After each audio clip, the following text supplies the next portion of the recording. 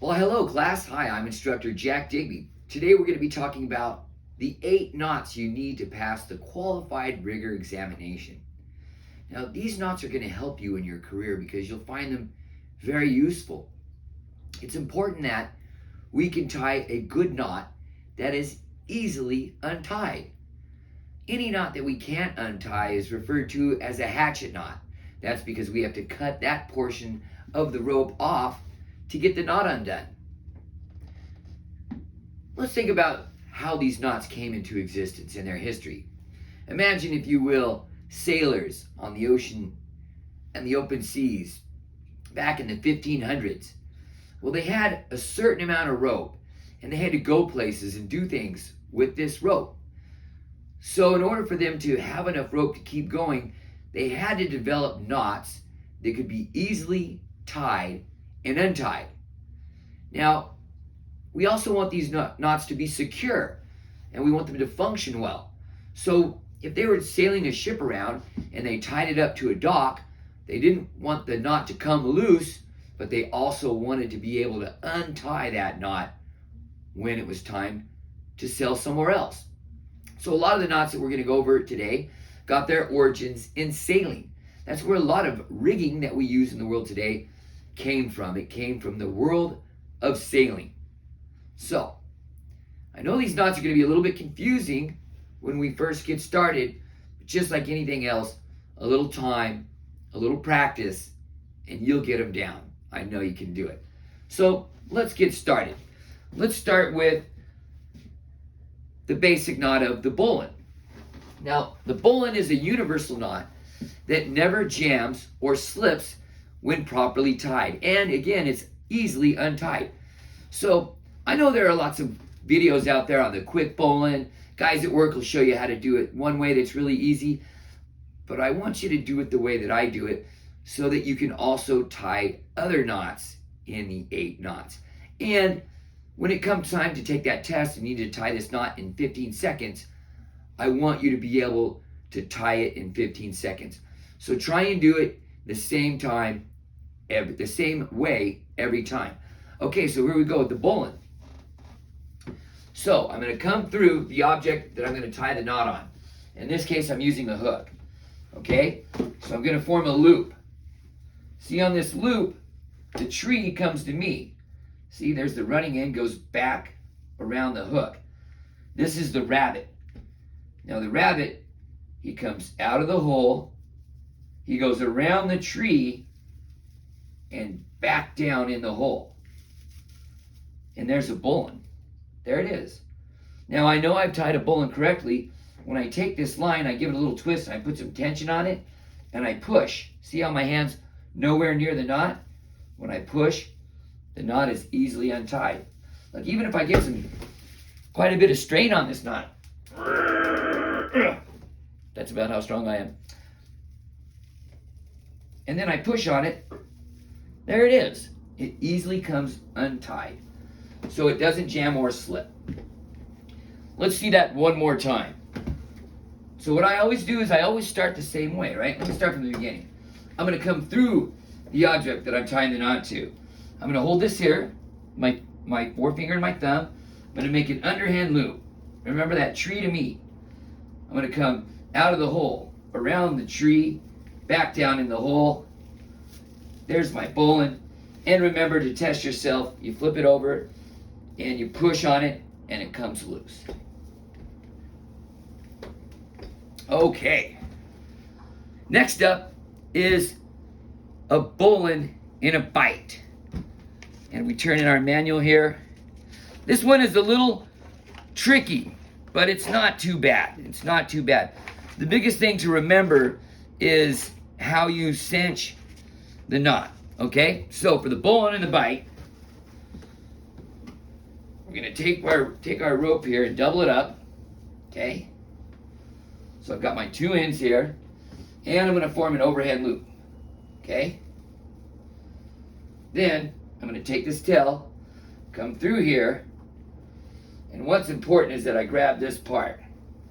Right? I grab that part right there, and I get that loop over the top. Right? Goes over the top. And then when I pull these guys, it cinches up. And there's my bowline in a bite. All right, this one takes a little practice. But there it is. So it's a bowline, right, but it's in a bite. So see how I had to bring that loop all the way around and over. All right, and that one will take you some practice. That's one of the ones I would practice most for this test because it's a little difficult. You see, I had a little trouble with it, right? But there you can see we have the bowline. And I know it's a bowline because when I push on these two lines, it easily unties. Okay, next up. Our third bowline we're going to talk about is the running bowline. Now, it's not running anywhere, but it goes around the running part of the line. So what I do is I bring my rope through, right? And then I just take this guy right here, I hold it, I go around it, and essentially what I'm going to do, I'm just going to tie a bowline right there. There's my underhand loop around the tree, out of the hole around the tree, and back down in the hole. Then I'm going to cinch that. So there's my bowline. Essentially, it's a bowline. It just goes around the running part of the line. So that's how we know it's a running bowline. And again, I'm going to come to the back of the knot. I'm going to put some tension on it. And when I push, it comes through. I know I have a running bowline. Okay, up next is the clove hitch with 2 half hitches. So again, I always do this knot the same way every time. So I come around my object, I go through, right? I come here, I go over, and then I come through the middle, right? And that's how then I'm good. Now how I know I've got this knot tied right is because I've got 1 line over and 2 under. 1 over and 2 under, and then I'm going to secure that with a half hitch. Okay? A little difficult to tie it on this hook, but it's not that bad, right? It's used to go around round objects is what we're looking for. So through, over, right? There we go. And through the middle. Trying to jump around that hook there. Again, 1 over, 2 under. And I secure that with a half hitch. All right. So next up is a single sheet bend, okay? So a single sheet bend is used to form 2 lines together. So when I do this, I'm going to start with my rope that I would be tying it around, right? 2 sheets. So here's one. I make a loop. It's pretty easy. Look, all you got to do to remember is to start right. Start this knot right, you'll finish it right. Come up through the back side, right? Give yourself some tail.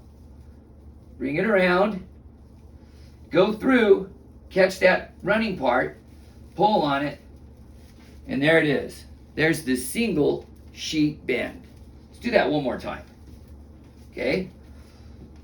So, through the back of the rope, okay? Around, come through, catch the running end, and there it is. There's your single sheet bend.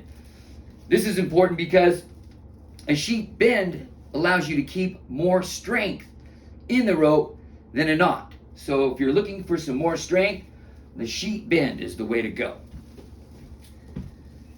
Okay guys, here's the one that's really difficult. This is going to take you some practice. And this is the carrick bend, okay? So what I found is the easiest way to learn how to tie a carrick bend is to start right. So I have the line over here, okay? Then I bring the loop under to the outside. Under and to the outside. So this is over, right? And the tail comes under and to the outside. Let me get a little more tail there, okay? Now, I'm going to take the running end. I'm going to come over here. I'm going to kind of grab it with my armpit. What essentially you need to do is just grab this guy, wrap it around that tail end, and then through itself, just kind of like the sheet bend, right? Just like the sheet bend. And there it is, folks. The carrick bend. it also looks like two fish kind of going at each other, right? Two fish intertwined. There's your carrick bend. Let's do that one more time. I'll make that look easy, don't I? Well, I've had a little practice. That's why they let me teach these classes. Okay, so let's just try that one more time. Okay, remember, the most important thing is that tail comes under and to the outside, right? That's the most confusing part. Starting it right. Then I'm going to put that under my armpit, right? Grab that rope. Then I'll come over here, hold that with my fingers. I'm going to grab that tail, come around it. Then I'm going to pick up the running end of the line, go through, and there you have it. Okay? You want to impress somebody, double the line up and tie a double carrick bend. It makes a great pot holder.